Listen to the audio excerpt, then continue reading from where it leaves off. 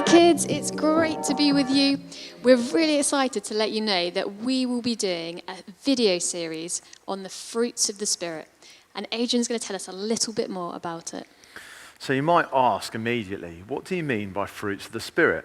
I know what a fruit is, and if you think of a tree, you could think of an apple tree or a pear tree or something like that, and you imagine it growing there. Well, what is the fruit of the Spirit? And what it means is that when God comes to live in our life, we start to make fruit, we start to bear fruit like a tree. And that doesn't mean you're going to have an apple or an orange pop out of your armpits or anything. It just means that as you live your life, those good things of God are going to start to come out of your life. So Abby's got a thing that we've got for you over the next few weeks. So we've sent this to your parents, and it's a sheet that they can print off. Each week we're going to be looking at a different fruit. And Adrian, you can show everyone all our lovely fruit here, delicious fruit. And we're going to be linking those fruits to a fruit of the Spirit each week. Now, if you print off your sheet, you can write down what our fruit of the Spirit is in each week. And if you fill out all 9 and hand it in, then we will give you a very special prize at the end of the summer holidays. So Great. We've also got a verse, haven't we, Yes, that we're going to be going through throughout our whole series. And so we'll read that to you now. It's found in Galatians 5, verse 22. And it says, the Holy Spirit produces this kind of fruit in our lives: love, joy, peace, patience, kindness, goodness, faithfulness, gentleness, and self-control. So I think we're going to start our first fruit. We are. Okay. So today we're going to start with love, and the fruit we've chosen for that is the banana. The reason I chose a banana is pretty much everyone I know loves a banana. I love a banana. It's almost like, to me, the most chocolate bar-esque fruit. Anyway, I wonder when I use the word love what you think of. Who do you love? Who loves you? What things do you love? What foods do you love?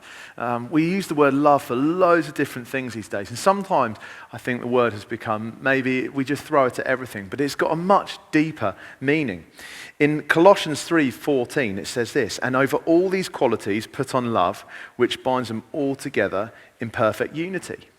You see, without love, all these other things become a bit meaningless and they fall apart, if you like.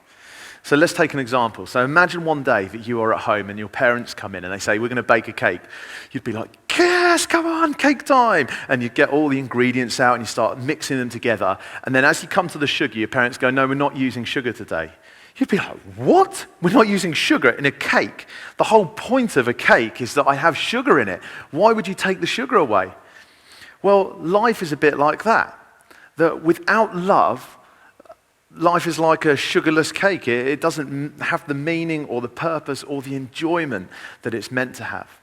And so for each one of us, being that love in our community, in our families, with our friends, is bringing that sweetness into our world. It says this in 1 John 4, verse 16. God is love, and those who live in love live in union with God. And so we know that when we are filled with His Holy Spirit, we start to bear this fruit of love in our world. Maybe at the end of this video, you could take a moment to just ask God to fill you with His love. Just maybe close your eyes where you are and just ask God to fill you with His Holy Spirit, and that you will know how much He loves you. I'm going to finish by reading our verse again in Galatians 5, verse 22. But the fruit of the Spirit is love, joy, peace, patience, kindness, goodness, gentleness, and self-control.